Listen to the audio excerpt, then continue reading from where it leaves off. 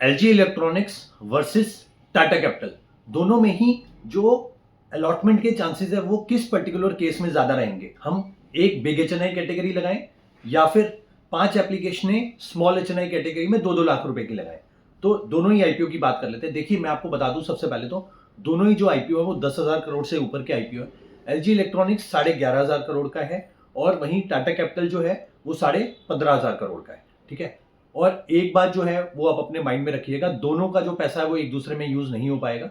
जब तक टाटा कैपिटल का रिफंड आएगा तब तक जो है एलजी इलेक्ट्रॉनिक्स का आईपीओ बंद हो चुका होगा। तो आपको सेपरेट जो फंड है वो दोनों ही आईपीओ के लिए चाहिए होगा। अब बात कर लेते हैं। देखिए, जो ऑप्शन 1 है, एक बिग एचएनआई कैटेगरी में एक पर्टिकुलर एप्लीकेशन लगाना, उसके कंपेरेटिव में अगर आप स्मॉल एचएनआई कैटेगरी में लगाते हैं तो ऑल्दो जो है ओवर सब्सक्रिप्शन के चांसेस स्मॉल एचएनआई में कंपैरेटिवली ज्यादा है, बट सिंस ये जो है बहुत बड़े साइज का आईपीओ है तो इसमें अगर आप 5 एप्लीकेशन लगाएंगे, ठीक है, तो उसमें जो अलॉटमेंट के चांसेस है वो कंपैरेटिवली ज्यादा है। तो इसीलिए आप इस पर्टिकुलर केस को कंसिडर करके चलिए कि आप एक बिग एचएनआई एप्लीकेशन ना लगा के 5 जो है स्मॉल एचएनआई कैटेगरी की एप्लीकेशन लगाएं दोनों ही आईपीओ में।